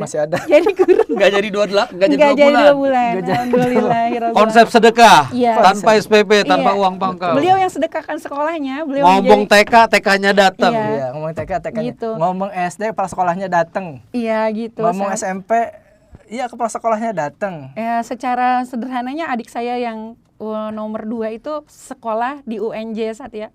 Terus saya langsung bilang, kamu kan sekolah katanya, kamu aja jadi kepala sekolah, mikirnya gitu. Langsung, ya gimana nanti, udah kamu kan sekolah, masa nggak bisa, saya aja nggak sekolah percaya diri gitu lah gitu. Jadi aku tarik-tarikin orang. Terus, nah SMP udah dapet, SD belum ada. Kamu punya kawan kan? Yang sahabatan kamu itu kuliahnya udah selesai belum? Udah. Nah dia suruh kesini deh. Datang-datang. Kamu mau jadi kepala sekolah nggak gitu? Nah kurikulumnya udah clear. Percaya dirinya itu kita yakin apa yang mau kita kerjakan, bukan sesuatu yang kayak ini leadership, ini kepemimpinan. Ini ngasal gitu, enggak Sat. Kita tahu apa yang mau kita tuju gitu. Dan tahu arah, tahu arah, how to-nya kayak apa, yang penting arahnya ke sana. Iya betul. Jadi punya sekolah, punya SMP. Judulnya kan kita mau ke sono, tapi bagaimana ke sononya belum tahu gitu. Mau pakai sepeda, mau jalan kaki. Ini bukan otak kurang, jenius. Banyakan obat. Gue kan minum painkiller Sat. Iya, seru. Jadi tegaklah TK, tegaklah SD. Waktu aku datang tuh bertingkat-tingkat itu apa? Itu bangunan sekolah TK, SD, SMP itu di sana. Dan sudah di-upgrade itu. Orang tua sendiri itu pakai konsep sedekah itu. Iya. Artinya pakai konsep wakaf, patungan, apa gitu-gitu. Jadi nggak ada transaksional, kamu wajib segini gini. Nggak ada. Pokoknya rizkinya itu datang dengan cara yang Allah kehendaki gitu. Bagi kita itu nggak apa-apa deh. Apa yang mau kita temukan, apa yang mau kita jalani, termasuk juga mencari murid gitu Sat. Ya Allah, terserah engkau siapa yang akan engkau datangkan, orang-orang yang engkau pilih, engkau ridhoi, karena kalau pilihan engkau pasti tidak akan pernah mengecewakan. Terserah engkau untuk datang ke tempat ini. Terserah ya Allah yang mana aja. Mudah-mudahan aku terpilih ya. Ya Allah, terserah engkau. Jadi siapa yang untuk datang, engkau pilihkan ya gitu. Allah, ya Allah. Dan tolong jangan tinggalin kita gitu. Maksudnya tolong temani, tolong dampingi gitu. Dan saya bersyukur banget punya abi yang tenang dan enggak banyak mematahkan ini gitu. Jadi beliau tuh coba iya. So sekarang Ar-Rasyid yang 11 titik itu juga sama, ada TK-nya, ada SD-nya, ada SMP. Yang lengkap Akhirnya, hanya di Cibinong. Setelah ini banyak santrinya, udah ada sekolah, udah ada formal, ada non formal. Hanya kan kita nggak ini dong, nggak tempatnya udah sama sekali nggak bisa gitu. Akhirnya keceletukan lagi beliau. Gini aja, ini orang tua santri yang rumahnya jauh dari sana, ngajinya capek amat. Saya panggil, Bu, ibu rumahnya di Citerep. Iya, udah nggak usah repot-repot ngaji di sini. Ibu saya ajarin, bikin aja di rumah ibu, gitu. Gitu nanti awalnya. Gimana? Saya aja yang kanker bisa, ibu masa orang sehat nggak bisa? Saya ajarin, saya temenin. Itu awalnya Duta Quran. Nah, dikumpulkan kan orang-orang itu, orang tua santri yang mau bikin rumah Quran. Silakan angkat tangan. Silakan angkat tangan. Nanti kita di list, di data. Nggak harus namanya Ar-Rasyid. Tidak, terserah. Dia nisbatnya sama orang tua. Kenapa nggak harus ke Ar-Rasyid? Karena ini adalah karya kita, Sat. Jadi kita harus punya kasih sayang yang seutuhnya ketika disebut namanya gitu. Jadi kata ada rumah tahfidz hasanah bernisbat pada almarhum ibunya. Sehingga apapun yang terjadi, tantangan ke depan nanti kita akan berjuang minimal demi menyelamatkan nama baik almarhum ibu. Iya, seperti itu. gitu Ustaz. Itu energinya. Setelah seperti itu dikumpulkan orang tua santri, kemudian banyak yang tertarik, ada ratusan gitu. Akhirnya launching dan kita copy paste sistem seperti ini. Iya. Silahkan ambil saja apa yang bisa kamu ambil, habiskan ada. Gitu. Semakin banyak diambil semakin bagus gitu. Apa maksudnya diambil nih? Itu ilmunya, metodenya, donaturnya. Jadi sifat ilmu kan semakin donaturnya.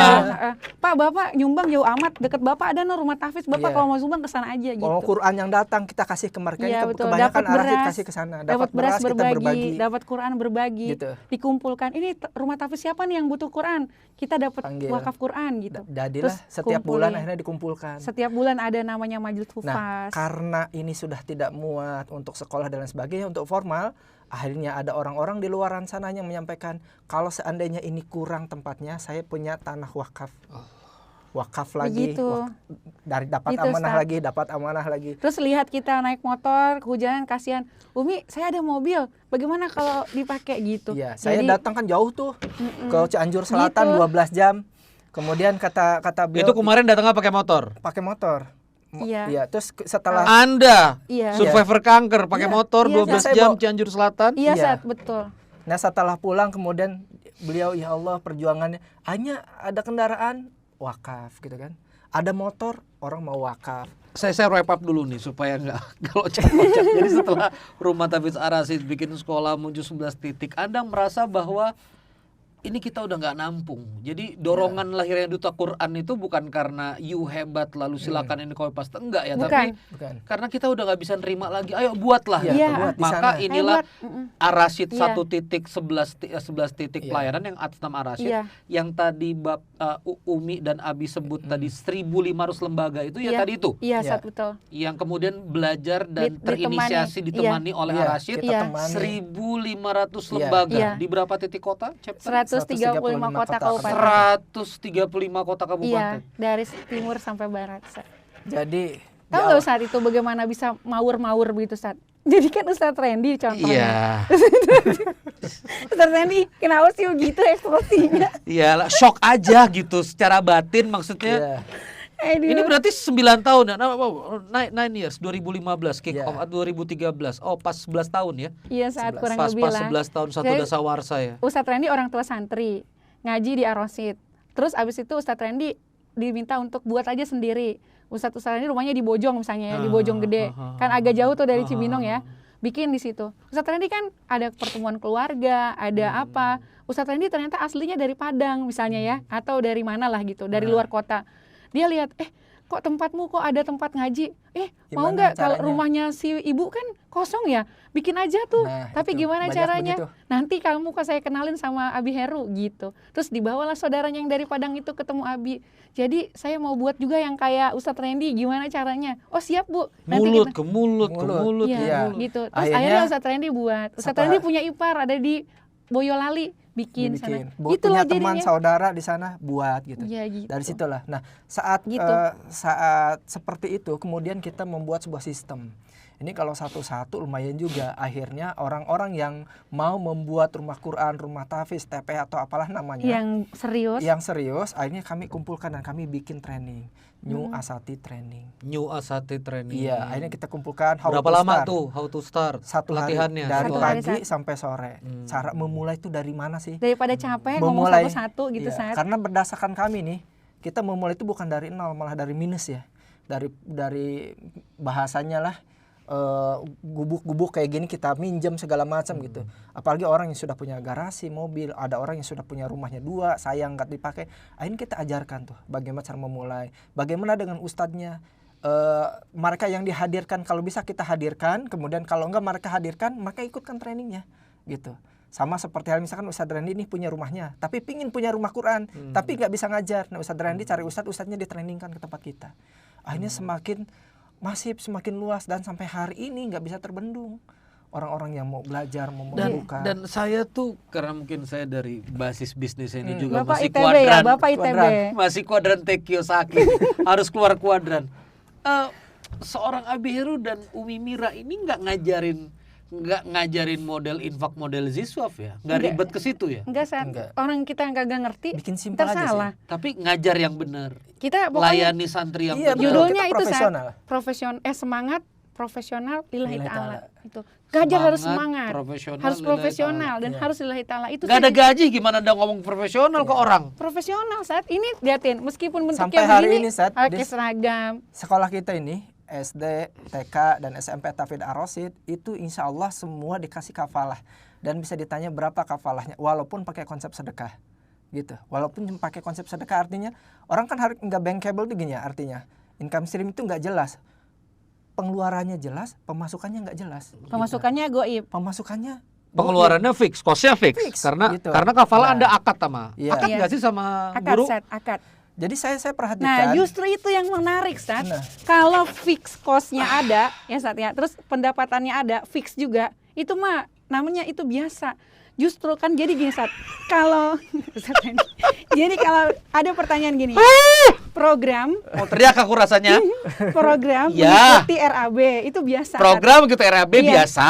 Tapi, ada uangnya, betul, tinggal dibelanjakan. Tapi kalau silahkan buat programnya RAB mengikuti apapun, maksudnya jadi RAB-nya itu ngikutin program.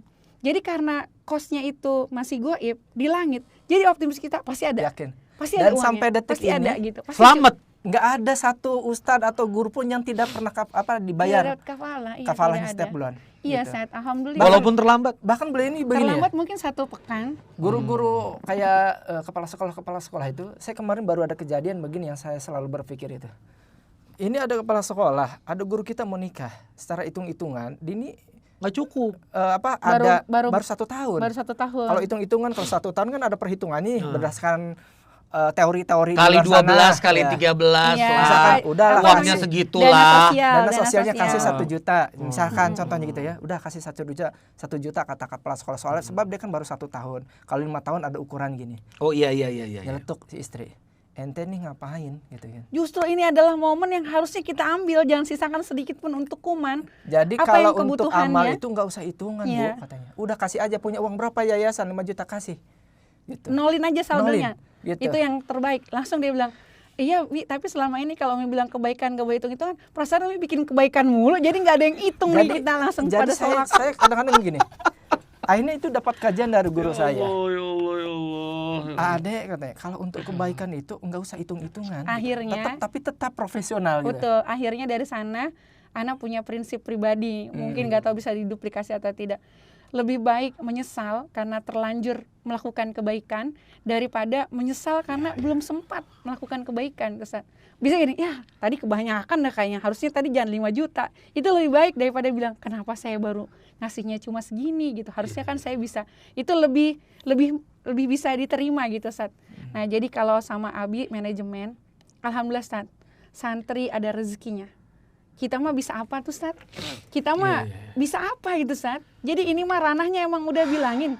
Udah bukan ranah kita. Tugas kita mah profesional. Di luar kuadran. Profesional itu artinya kalau jam ngajar datang tepat waktu. Itu yang Anda didik. Iya itu. Bukan gimana caranya fundraising, gimana taruh nomor rekening, no. Tidak. Enggak. Dan saya sama Abi tuh selalu bilang gini, kawan-kawan, bekerjalah kamu seperti di Quran Surah Al-Baqarah ya Ustaz. Bekerjalah kamu dan sempurnakan pekerjaannya sampai Allah, Rasulnya dan orang beriman itu melihat apa yang kamu kerjakan. Jadi jangan sampai kita tuh kayak berbuat baik sebenarnya itu gimmick, padahal kita tuh sedang ada udang di balik batunya. Lakukan saja. Bangga loh jadi guru ngaji itu. Kita ini kalau misalnya ditanya, ada misalnya kalau ini apa tuh yang disampaikan kepada guru-guru ngaji ya, Bi ya. Jadi perasaan bangga untuk jadi guru ngaji. Kalau disamain guru ngaji sama pedagang, guru ngaji sama karyawan, itu mah nggak apple to apple. Karena emang pekerjaannya guru ngaji itu nggak ada di sana posisinya. Kita ini dari awal sudah dapat satu pekerjaan yang sangat-sangat terhormat. Karena kita itu warisatul anbiya. Pekerjaan yang kita lakukan ini mewarisi apa-apa yang dilakukan oleh para nabi dan rasul sebelumnya. Maka itu maka itu keyakinan kita bahwa kita itu pasti nggak compare dan priceless kalau digaji. Nggak ketemu nominalnya. Berapa? selama ini kan alhamdulillah pewaris ya, Nabi, berapa Allah, pewaris Nabi? Iya Allah cukupkan. Ana sama Abi menjadi guru ngaji itu Itulah betul. kita. Kalau secara angka kami ada angkanya. Gaji kita sebagai ketua yayasan ada angkanya.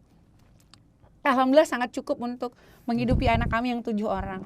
Jadi apa sih namanya, berkah lah alhamdulillah, karena sekolah nggak bayar, tinggal nggak bayar ngontrak, kita nebeng sama fasilitas pondok. Pokoknya justru sebenarnya kami ini yang banyak hutang budi sama umat. Akhirnya gitu. perasaan itu Iya, jadi kita merasa malu kalau nggak berbuat maksimal. Saya tertarik tadi tentang value-value yang kemudian Abi dan Umi develop ke teman-teman Duta Quran. Sebagai guru ngaji walaupun tidak digaji, tepat waktu. Iya, Sat. Pakai pakaian yang rapi. Itu mereka nggak digaji kok Anda tega-teganya ngasih beban begitu lagi. Itu otak manajemen saya yang begitu kepada konsep karena kalian. ini memantaskan Allah. diri agar Allah itu mengaksesi kita fix, ente emang diakui sebagai guru ngaji. Kan bos kita Allah dong. Jadi kan Allah kan bisa. You nggak gaji kami, kamu nggak bayar SPP segala macam, nggak ada urusan sama you. Nggak ada, itu bukan urusan kita. Terserah orang tua mah.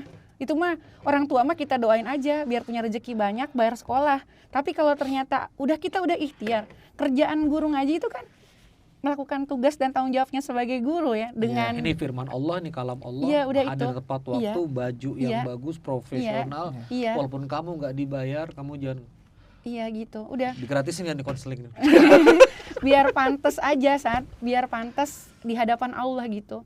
Bahwa ya Allah nih, saya kan ente ngaku-ngaku guru ngaji, mana kelasnya, nggak ngajar gitu. Datang aja ngajar harusnya jam 7. Iya, ngajar jam 7, jam 8. Karena itu ngaruh sekali, kalau sorry, saya putuskan ini. Saya juga baca tulisan-tulisan gejolak guru ngaji yang kemarin lah, dari guru ngaji jadi kurir jenderal. Ini menarik sih, yang menarik. Artinya saya tuh kadang-kadang tuh orang tua murid aja dipaksa untuk iuranan aja bubar. Ini kan berarti benar-benar flash nggak ada. Gimana kalau ya tadi itu ya lagi-lagi bicaranya iman ya. Kalau misalnya wali santri nggak perhatian tidak, apa-apa kan segala macam. treatment kita gini ya. Kita kan harus ikhtiar ya, Sat ya. Iya. Nah, ikhtiar yang kami lakukan itu ikhtiar itu banyak sekali, Sat. Sama kayak kita mau ke Bandung, bisa naik kereta, bisa naik mobil. Kami memilih cara ini, Sat, ikhtiarnya. Jadi kalau misalnya bilang, ya ikhtiar dong biar ada cash flow-nya yang bagus atau apa. Ini ikhtiar yang kami yakini. Jadi ikhtiar itu harus yakin. Ya, layani, tepat waktu, profesional. Yang kedua, Sat, yang kita garap adalah 3 unsur ini tuh harus saling terhubung satu sama lain. Apa unsurnya? Orang tua, guru, sama santri. Kita men-treat anak-anak dengan semaksimal mungkin, membagi ilmu-ilmu yang memang harusnya mereka terima sebagai seorang murid. Itu yang kedua, orang tua. Nah, orang tua pun untuk membangun kesadaran, karena kan kadang-kadang apalagi kalau konsep sedekah itu nanti akan langsung jadi terbagi, langsung otomatis terbagi minimal menjadi 3 golongan. Yang pertama adalah, ini konsepnya sedekah, berarti kalau nggak sedekah nggak apa-apa dong gitu ya. Golongan pertama. Dan itu kabar baiknya itu dominasi ya, populasi kabar baik gitu. Dan itu nggak apa-apa. Nggak apa-apa. Karena kan itu bisa jadi hal itu karena mereka belum paham betapa lezatnya jika kita itu jadi orang yang ringan bersedekah gitu, Sat. Terus yang kedua ada golongan yang sedekah seikhlasnya. Sedekah itu 10.000 yang penting ikhlas, daripada sedekah 271 triliun gak ikhlas gitu kan. Jadi sedekah seikhlasnya. Itu juga golongan yang termasuk dalam kue besar, potongan golongan. Mulai nomor 2 terbanyak. Dan yang hampir mendekati dinosaurus perlu dilestarikan, yang hampir punah adalah orang yang kalau mendengar kata sedekah adalah gue kontribusi, gue mesti terbanyak. Harus yang terbaik, sedekah terbaik, ringan, tangan seperti angin gitu. Jadi itu yang masih harus dilestarikan. Dan populasi itu ada. Dan ada gitu. Tapi semua orang itu bisa jadi yang golongan hampir punah tadi. Bisa semua, berpotensi semua. Kan semua orang kan ada hati itu ada iman di dalamnya. Hanya saja seberapa sering kita memberi kabar keutamaan bersedekah kepada mereka, seberapa sering kita memberi kabar gembira kepada orang-orang yang menafkahkan hartanya untuk jalan Allah. Nah, biasanya Ustadz, kalau udah ranahnya itu, kan mereka juga lihat kita konkret. Apa yang mereka titipkan kepada kami terrealisasi dalam banyak-banyak karya gitu. Betapa banyak orang di luar sana berharap dapat mengakuisisi kapitalisasi pahala gitu Ustaz, dari banyak amal yang dilakukan orang lain. Itu kan ditawarkan juga dalam Islam. Nah, peluang-peluang kebaikan itu sangat terbuka di komunitas-komunitas guru-guru ngaji gitu. Jadi kalau kita sedekah uang kepada anak yatim, itu sesuatu yang luar biasa juga. Tapi itu sifatnya lebih ke personal. Maksudnya kita nggak tahu mereka akan menggunakan dana yang kita sedekahkan itu untuk apa. Itu di luar kontrol kita. Tapi kita udah dapat kok keutamaan memuliakan anak yatim. Tapi saat kita itu memberikan infak, dititipkan kepada guru ngaji, yang jelas-jelas mereka itu mengelola dan mengurus anak-anak, maka itu akan jadi karya yang luar biasa. Karena di tangan Ustadz itu beliau juga akan membagi kepada anak yatim, non yatim, sama semua gitu. Seperti itu. Dan sama kayak gempa bom Hiroshima di Jepang, pasti yang pertama dicari adalah guru, saking berharganya. Nah, guru ngaji sama guru formal itu nggak ada beda sebenarnya. Hanya saat ini kan kayak ada dikotomi ya, maksudnya perbedaan. Kalau guru ngaji itu nggak prestisius. Ustadz Randy kalau punya anak perempuan, besok tiba-tiba ada anak perempuan Ustadz dilamar sama laki-laki, waktu ditanya, apa pekerjaannya nak? Guru ngaji. Guru ngaji, wah nggak punya masa depan, yang lain aja lah. Jadi persaingannya itu akan luar biasa gitu. Nah, padahal kalau kita bicara ini mungkin contohnya terlalu kasar ya. Karena setiap orang punya hak untuk menentukan pilihan. Ini artinya bicara tentang prestis seorang profesi guru ngaji gitu. Bahwa guru ngaji itu dianggap pekerjaan yang tidak memiliki masa depan gitu. Padahal justru pekerjaan yang paling memiliki masa depan lebih pasti itu adalah guru ngaji. Paling terdepan karena masa depan kita kan meninggal di akhirat. Iya gitu. Dan itu udah paling mendekati lah gitu, yang memikirkan masa depan paling real gitu. Seperti itu sih. Dan ini platform yang mahal bagi anak-anak, dia nggak nongkrong, dia terjaga, dia belajar adab akhlak. Ini sebetulnya wahana yang mahal bagi anak-anak. Dan ini kita sangat dibutuhkan sih, Sat. Orang kan sekarang sibuk dengan banyak beban. Nah, kita di Pondok Ar-Rasyid ini akhirnya mengatakan bahwa targetnya itu bukan seberapa banyak hafalan Qur'anmu, seberapa cepat kamu mampu menghafal, tapi seberapa mampu kamu istiqomah membawa Qur'an ini dalam hidupmu sepanjang kamu ada gitu. Nah, itu jadi energi yang ngaji itu gaul, ngaji itu menyenangkan, jadi anak soleh itu membanggakan. Itulah suara-suara yang kita transfer kepada anak-anak ini gitu. Seru loh. Jadi 15 menit terakhir karena sudah mau 1,5 jam. Di 15 menit terakhir tadi kita seru banget ya. Iya, ada Ar-Rasyid, ada Duta Quran. Ini kan kawan-kawan pendengar harus mulai bisa membedakan.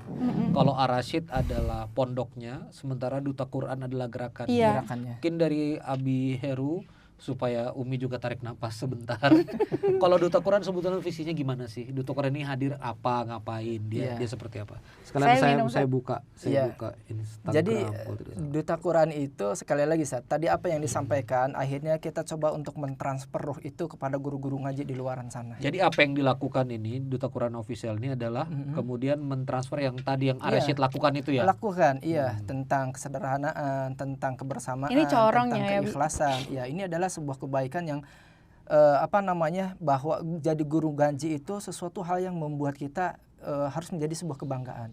Sebab yang kami lihat teman-teman kita kalau di pelosok-pelosok itu betul-betul ada beberapa hal yang secara keikhlasannya dapat, tapi ada beberapa yang perlu diperbaiki. Contoh seperti di manajemen, bagaimana nih rumah Quran yang ada di daerah-daerah itu, kemudian yang santrinya 7, kemudian bisa kita upgrade misalkan jadi 100, pembelajarannya itu harus ada kurikulum yang terstandar jelas, ada target-target tahun ini kita berapa juz, biar itu kan biar nggak ngayai pembelajarannya. Sentuhan-sentuhan itu yang kami coba untuk sampaikan kepada guru-guru ngaji. Jadi Duta Quran ini seperti support sistem kepada guru-guru ngaji. Jadi kami siapapun seluruh Indonesia bisa join? Bisa. Lewat silakan. apa DM saja atau direct message saja atau WA atau kita ada biasanya kalau di Duta Quran itu kita ada punya training itu bersama teman-teman untuk di-share di grup-grup yang misalkan di IG atau di Facebook dan lain sebagainya. Dari 134 Korwil tadi itu.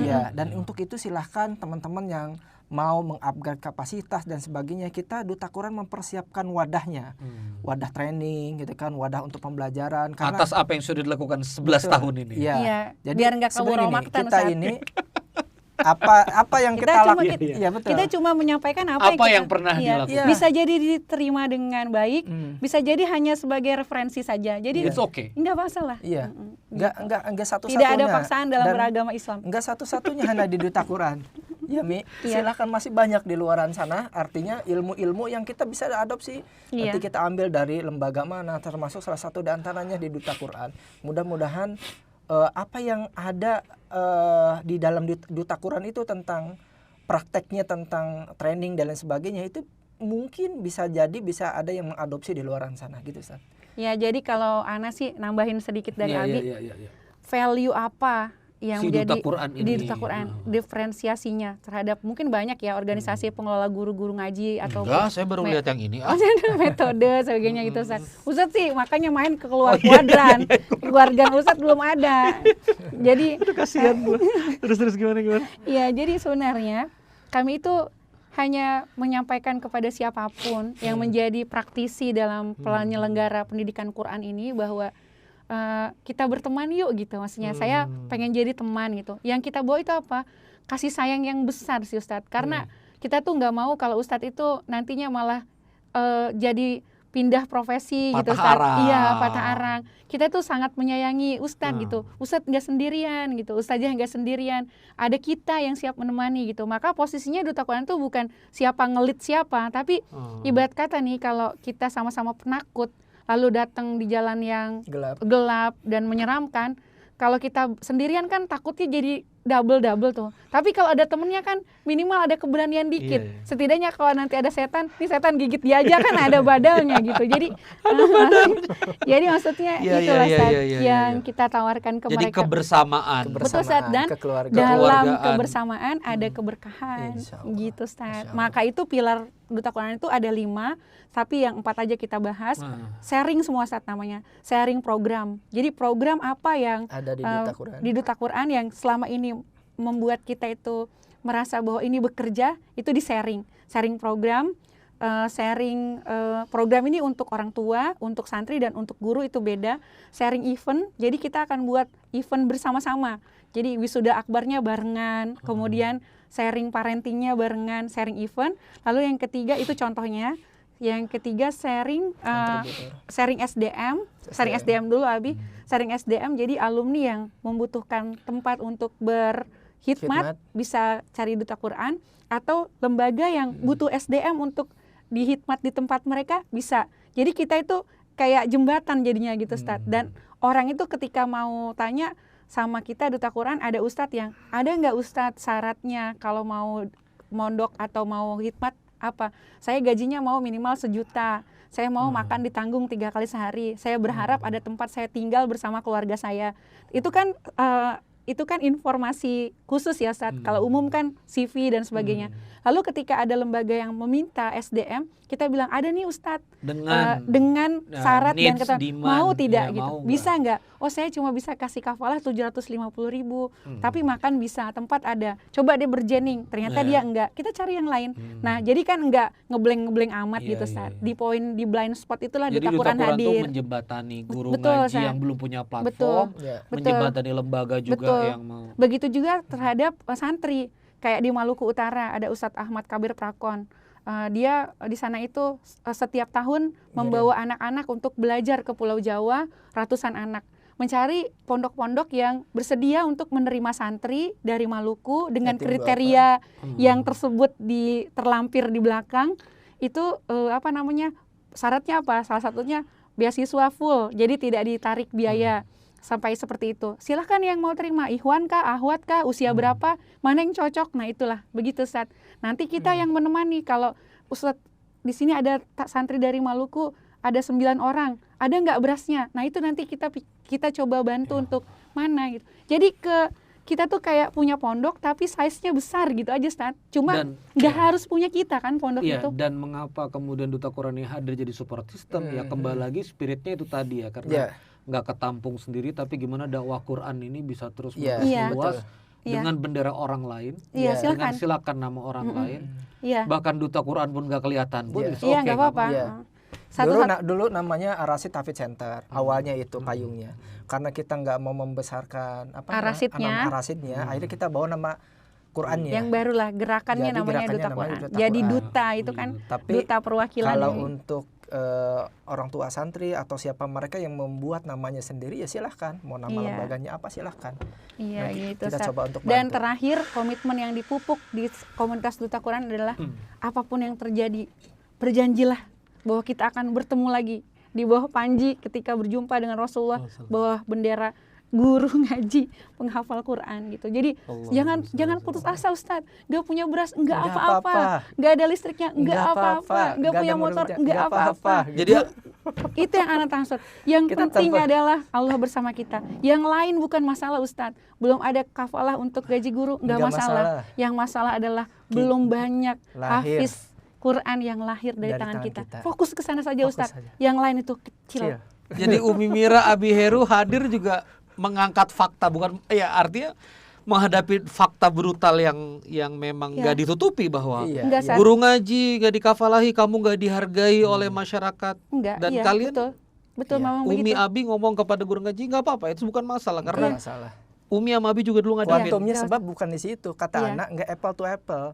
Guru ngaji masa disandingkan dengan mohon maaf pekerjaan ini. Guru ngaji itu levelnya di sini gitu.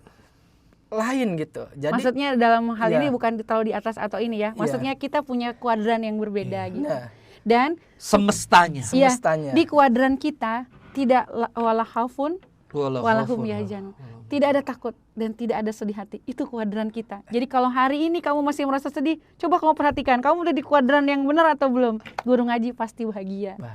Bagaimana gak bahagia? Gaji gak bergaji, motor tak bermotor. Tapi pulsa bunyi tak pulsa bunyi. Selama bisa ngajar Quran. Itulah kehormatan. Itulah kehormatan. Iya. Iya, Ustaz. Apa sih Ustaz Randy? Aing tekiat aing. 7 minutes, 5 or 5 minutes, 5 menit terakhir. Kalau ini disaksikan oleh guru ngaji di seluruh dunia, apa yang Abi dulu deh, baru Umi deh terakhir deh. Umi dulu. Pesannya kepada guru ngaji di seluruh Indonesia, di seluruh dunia. Boleh ke kamera di sini boleh, tapi what you want to tell to others guru ngaji? Iya. Sebagai sesama praktisi di kegiatan ini, saya tidak menemukan satupun alasan yang membuat saya tidak bahagia dan tidak memiliki energi untuk bisa bersyukur menjadi seorang guru ngaji sampai hari ini gitu. Apapun gitu alasannya. Kalau masalah-masalah dunia seperti ustadznya keluar masuk, santri ya Bia datang dan pergi, infak up and down, itu kan urusan dunia ya Bia. Itu kan organization system. Terus di kehidupan internal Anda misalnya kurang ini, kurang harta, kebutuhan dan segala macam, masyarakat nggak peduliin Anda, itu what you feel sebagai guru ngaji misalnya? Rasanya saya kagak punya pikiran ke situ Ustaz Randy ya. Jadi saya ini semuanya cukup. Iya, saya nggak punya pikiran ke sana. Saya tuh bahagia dan senang sekali, bersyukur sama bangga. Woi, guru ngaji pride ya. Jadi di sini ya guru ngaji pride. Jadi seperti itu. Jadi pesannya itu adalah semangat Ustaz gitu. Profesional lah, lillahi ta'ala lah. Kalau kita profesional itu pasti kita akan mendekat kepada lillah gitu. Dan kekuatan lillahi ta'ala itu Ustaz semakin tulus, semakin ikhlas, semakin tanpa pamrih, semakin hanya karena Allah saja. Apapun yang kita kerjakan di dunia, di profesi apapun, maka semakin dahsyat balasan pahala yang Allah siapkan. Dan itu bekerja pada kita selama ini. Aku sama Abi, kalau ada masalah, kami kan couple planner ya, bukan ya? Couple apa nih Ustaz? Couple dakwah. Iya. Couple doat. Ganda campuran Ustaz ya. Iya, jadi dalam hal ini tuh tentu riskan sekali Ustaz ya terhadap mungkin namanya juga rumah tangga, pakai truk atau apa gitu. Lalu dengan guru ngaji ini adalah barrier buat kami untuk nggak kebablasan ngambek, nggak kebablasan marah gitu Ustaz. Rumah tangga kita ini berkah karena ada Quran, itu salah satunya. Salah satu yang paling penting adalah ketika contohnya bisa Ana lagi marahan ya sama Abi. Entah kenapa tiba-tiba kita ada masalah terus nggak cocok gitu. Dan saya udah berjanji nih dalam diri saya, pokoknya aku kalau Abi tanya nggak akan jawab, pokoknya aku marah titik gitu ya, maksudnya ngambek gitu Ustaz. Jadi kalau tanya gitu aja nggak jawab. Tiba-tiba saya udah komitmen begitu, Abi aku marah, aku nggak akan jawab kalau ayah ngomong. Abi diem aja, Abi juga marah, kita sama-sama panas nih. Lalu tiba-tiba, Assalamualaikum, Umi mohon maaf ada tamu gitu ya. Langsung kita keluar, Assalamualaikum, katanya. Waalaikumsalam, mana Uminya? Oh ya sebentar, Mi ada tamu. Oh iya Abi gitu ya. Ih kenapa aku nyaut, kan tadi aku udah janji nggak nyautin. Nah gagal, itu contoh kecilnya Ustaz. Jadi hal-hal yang bisa potensi besar itu selamat karena aktivitas ini. Itu salah satu kecilnya. Dan ini adalah komitmen kita ya Bi. Satu amal yang kita coba untuk ambil, mudah-mudahan dikasih istiqomah, supaya Allah itu memantaskan kita untuk jumpa lagi di kehidupan berikutnya. Karena dunia ini kan fana ya. Jadi sekalian nih, ini kan habis talk show ini kemana Bi rencananya Bi? Dari sini ke kita Garut. ke Garut, Insyaallah. Ketemu sama Ustadz Denny dan teman-teman. Kemudian dari Garut kita langsung ke Cianjur. Ke guru kita Ustadz Habibi yang luar biasa. Ke Sukabumi. Ada Ustadz Faid, ada Ustadz Asep. Kita ke Bogor. Ini masih 8-10 harian lagi ya? Kurang lebih 10 harian lagi. 10 harian lagi. Kita ini udah perjalanan 16 insyaallah hari. dengan guru ngaji di satu kabupaten yang kurang lebih sekitar di angka 200 sampai 300 insyaallah. Per titik ini ya? Iya per titik. Insyaallah kita akan udah lama kita akan sharing-sharing. Dan kami bawa banyak kabar baik untuk mereka banyak gitu. Kabar baik yang saya ingin sampaikan. Nah itulah kan ada titipan-titipan dari NGO ya. Ada dari Ansar Humanity, nitip beras kayak gitu. Rezekinya gitu. Lalu kemudian ada dari Sidak untuk program guru ngaji berdaya. Itulah. Jadi kami jadi tukang paket gitu. Ada titipan gitu. Kan jadi itu. Jadi tukang JNE. Aku sudah tak sanggup berkata-kata lagi. 1,5 jam. Masya Allah. Tabarakallah. Terima Mohon kasih. Maaf kalau ada banyak salah kata saat. No, enggak aku yang malah makasih. Saya yang makasih, Ana yang makasih. Teman-teman makasih udah menyaksikan sejauh ini 1,5 jam. Mudah-mudahan ini bebas. Tolong di-share kemana-mana, boleh di-share ke WA ke teman-teman, dan semoga ini jadi ya saya coba menangkap dan menyimpulkan. Berarti setiap orang bisa bikin rumah tahfiz. Bisa, Sat. Setiap orang yang punya kata guru Ana gini, satu hari saya tanya, Abu kalau misalkan kalau Ana misalkan belum paham, ada orang belum paham pingin bikin pesantren, boleh nggak? Bisa. Kenapa nggak bisa deh? Gitu. Sebab gini, nggak mesti kalau mau bikin rumah sakit, nggak mesti harus dokter. Iya. Nggak mesti harus orang yang mau bikin tempat tukang tambal ban maka harus bisa tambal ban dulu. Banyak orang di luar sana punya rumah sakit tapi ownernya gitu. Tapi tetap ada biar profesional, tetap yang mengajar harus yang berilmu. Gitu. Dan pengurusnya itu nggak boleh malas menuntut ilmu. Jadi upgrading terus. Nah itulah yang diwadahi sama Duta Quran.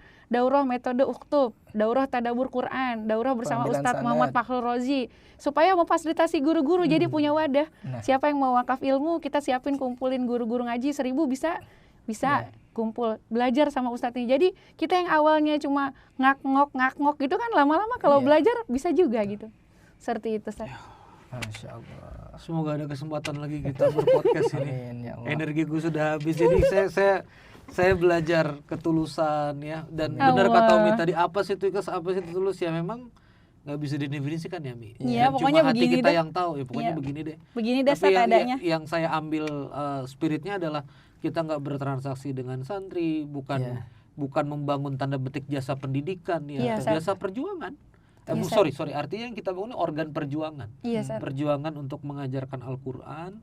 Dan memang karena bosnya Allah, ya biarkan Allah belum ngasih berarti memang belum. Ya nanti Allah akan ngasih di waktu yang terbaik. Jadi itulah mental yang harus ada di guru ngaji. Masya Allah. Nah, tugas masyarakat peduli, tugas guru ngaji ikhlas. Betul. Ayo, Sat. Tugas masyarakat peduli. Betul. 1,5 jam, Masya Allah. Makasih Abi, makasih Umi, Masya Allah. Makasih. Izin closing ke pemirsa ya. Pemirsa dimanapun Anda berada di channel Quranic Insight for Entrepreneur, dan ini tentunya banyak ditonton oleh teman-teman Duta Quran di seluruh dunia, di seluruh Indonesia, Aliansi Sidak, kawan-kawan Ansar Humanity. Saya berharap kisah yang luar biasa di part 2 ini dari Abi Heru dan Umi Mira ini kita bisa syiarkan ya, bukan tentang Abi Heru dan Umi Mira, tapi the living ayat. Ya, ayatnya sudah ada, kita butuh ayat yang hidup.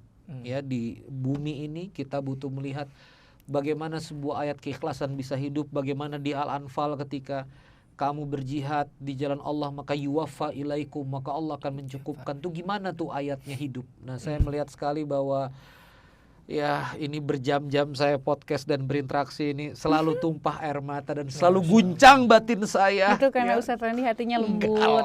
Enggak lembut, banyak dosa. Oke teman-teman sekalian, ikhlaskan hatimu. Mari kita berjuang kepada Allah. Ganti bosmu Allah saja. Demikian, terima kasih. Wassalamualaikum warahmatullahi wabarakatuh. Bye-bye. Waalaikumsalam warahmatullahi wabarakatuh. Kasih ya. Sama-sama. Barakallah. Luar biasa Ustaz Randy.